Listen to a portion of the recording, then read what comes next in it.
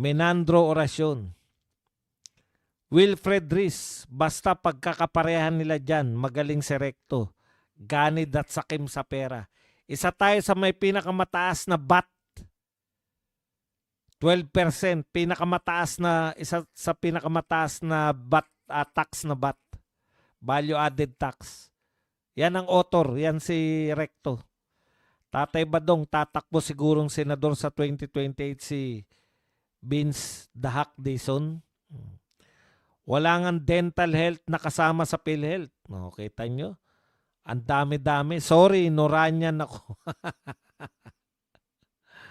Bilisan nyo ipakulong yan. Pasko na lahat. Diskaya pa lang napakulong nyo. Caitlyn Vlogs.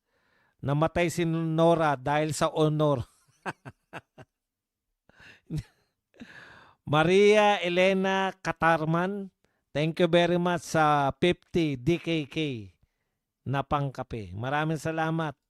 Maria Elena Katarman. Yan. Oy, Merry Christmas ulit sa inyong lahat, ha? Pasko pa rin pala.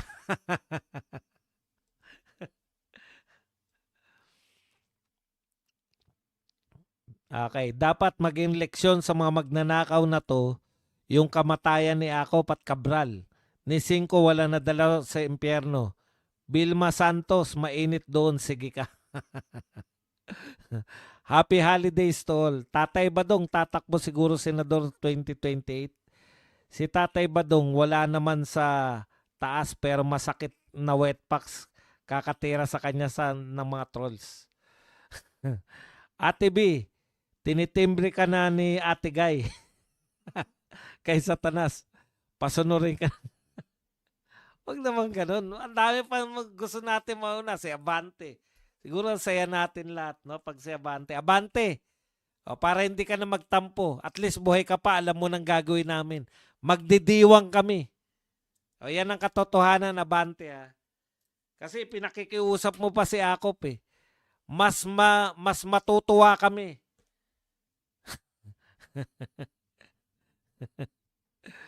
Merry Christmas from Denmark. Maria Elena Katarman. Yan. Merry Christmas si Joel Velasquez. Garcia Leo. Vilma Santos, grabe ka naman kung laitin kami mahirap. Sumikat ka lang sa amin dahil mga tax namin sa magnanakaw na asawa mo. Tatay Badong, bakit ba nila pinapakailaman si Inday? Sa Davao nagpabakat nga sa si Lenny. Wala kaming paki. Salamat po sa pamasko, Maria. Yan, Caitlyn. Sir Bads, may public viewing ba kay Cabral? Ito may pa-public viewing yan, di naman. Baka. Tsaka alam ko, close casket yan eh, dahil durog daw ang mukha eh. DDS, salute. DDS si Ate Guy. Mabuhay ka, Ate Guy. Kahit na ang galing na artista talaga. Si Ate Guy yung ano eh, magkaiba sila ni Vilma Santos ng atake. Si Vilma Santos pag umarte, hysterical eh. Junjun, lagi na lang si Junjun. Si Junjun na wala kamalay-malay. Yung nagwawala. Si Ate Guy talaga, ano lang, mata lang eh, no? My brother is not a pig.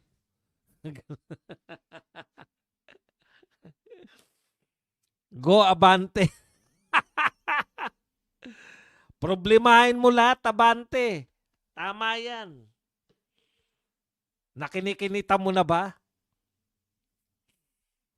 Magpaparte kami. Si Magalong na yan. May alam din yan sa pagkamatay ni Cabral. Alam niya yan. Hello, Sir Bads. Perla Pontreras. Go Renato Aguilaran. Charito. Dapat siguro kung di man tumaas ang benefits, sana nagtatag na lang ng PhilHealth ng mga libreng gamot at laboratories tulad ng MRI at dialysis program. Yan ang nagpapabigat sa ating mga timawa. Correct. Pwede po yun. Kaso pinamigay sa flood control eh. Tatay Badong, si Shelo may dagta pa.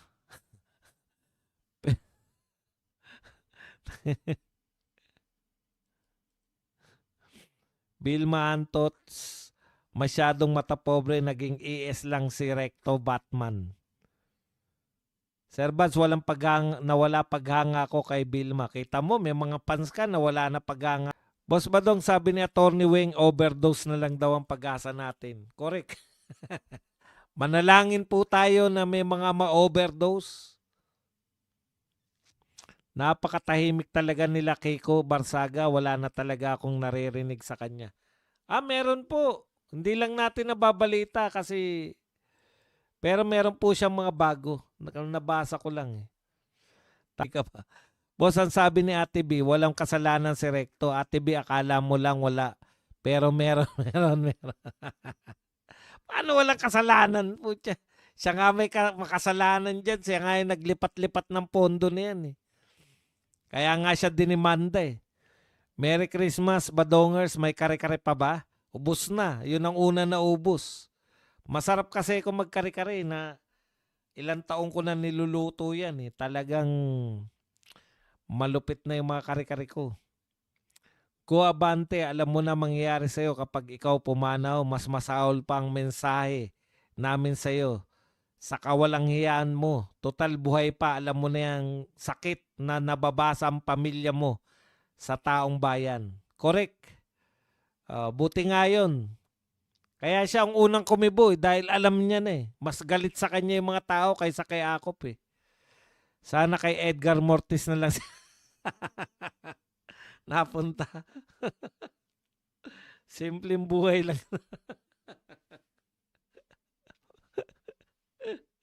Naalala niyo pa yan ha, si Ate B tsaka si Kuya Bobot. Sir Baz, hindi man lang nabanggit ng driver na tinawagan niya si Cabral nung hinahanap niya. Correct, di ba? Meron ba naghanap? Ano yung primitibo pa kayo? Meron naman cellphone, kaya kaduda-duda eh. Alam niyo po, isa pang kaduda-duda, yung sinabi po ni Dr. Silvania. Ayan, Dr. Edsel Salbana. Question the rapid release of DNA results identifying the remains of former DPWH Undersecretary Maria Catalina Cathy Cabral. Ito yung mga key comments niya. Speed of analysis. Dr. Silvana noted that standard DNA identification in the Philippines typically takes 7 to 14 days, even in best case scenarios. He expressed skepticism that a definitive match could be confirmed within roughly 48 hours of the body's recovery. Yan po. Simpleng-simple lang po yung sinabi. Ito po, sumikat to doon panahon ng COVID dahil siya yung pinaka inaasahan natin sa suri-suri sa COVID. Sabi niya, yung DNA testing daw, 7 to 14 days. Bago lumabas. Ano pa yan Best case scenario pa yan. Kumbaga, mabilis pa yun. Mas mabilis yung mga taga Baguio. 48 hours. 48 hours lang. Natukoy na si Cabral yun. Kaya dati wala akong duda eh. Sabi ko kasi, magtiwala tayo sa science. DNA testing eh. Di ba? Ito po si Dr. Silvana. Science po pinagbabatayan yan. Paano mangyayari yun na pinaka maikling panahon, best case scenario, 7 days to 14 days bago malaman yung DNA. Ito po, 48 hours. Yan ba ang pinaka mabilis sa Baguio City? Malamang hindi. Dapat nasa Metro Manila ang pinaka mabilis niyan. Kaya doon ako nagduda. Kasi nung una, isa ako sa nagsabi, putya, ang dami nyo namang iniisip. DNA na nga, tinest na nga yung DNA, sinabi na nga na si Cabral yan. Ngayon po ako naniniwala, teka muna, Dr. Silvana na to nagsabi na hindi po pwedeng 48 hours, matukoy agad eh. Meron silang pagtatakip. Kaya biglang binalikan ko ngayon yung mga pronouncement ng asawa, yung pronouncement ng driver. Teka lang muna, parang hindi tugma tong, parang okay lang sa kanila yung mga ma-dead si ano, parang tanggap kagad nila. Hindi normal reaction. Pinausukan lang daw, lumabas na yung DNA.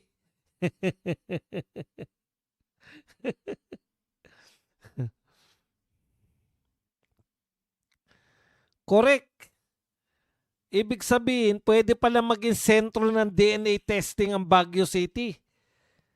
Sa buong mundo. Kasi siya pinakamabilis eh. Hindi po. Ito po ayon dito kay Silvana eh. Doktor to na katiwa-tiwala. Kasi kung lahat questionin natin yung otoridad. Otoridad po yan dahil sumikat yan yung panahon ng COVID. Sa kanya tayo nakikinig nun eh. Natatandaan ko yan yung taga-announce tungkol sa mga... Ngayon kung chat GPT natin, mas kapanipaniwala eksperto. Sikap, Tatay Badong, sikap ninyo yung nag-imbestiga gamitan ng kandila. Ang DNA, singbilis din ng pagnanakaw nila sa pera ng taong bayan. Tapos ang konklusyon bigla ni may konklusyon po bigla to si John Vic na ang parang gusto niyang palabasin, pinaka-mastermind na si Cabral eh. 20 billion daw yung ill-gotten wealth. Kaya nga sabi ni John Vic bigla na siya talaga yung kumbaga yung nagtahi-tahi. Biglang ang pinagbintangan ng pinaka-mastermind yung namatay na eh. How convenient, di ba?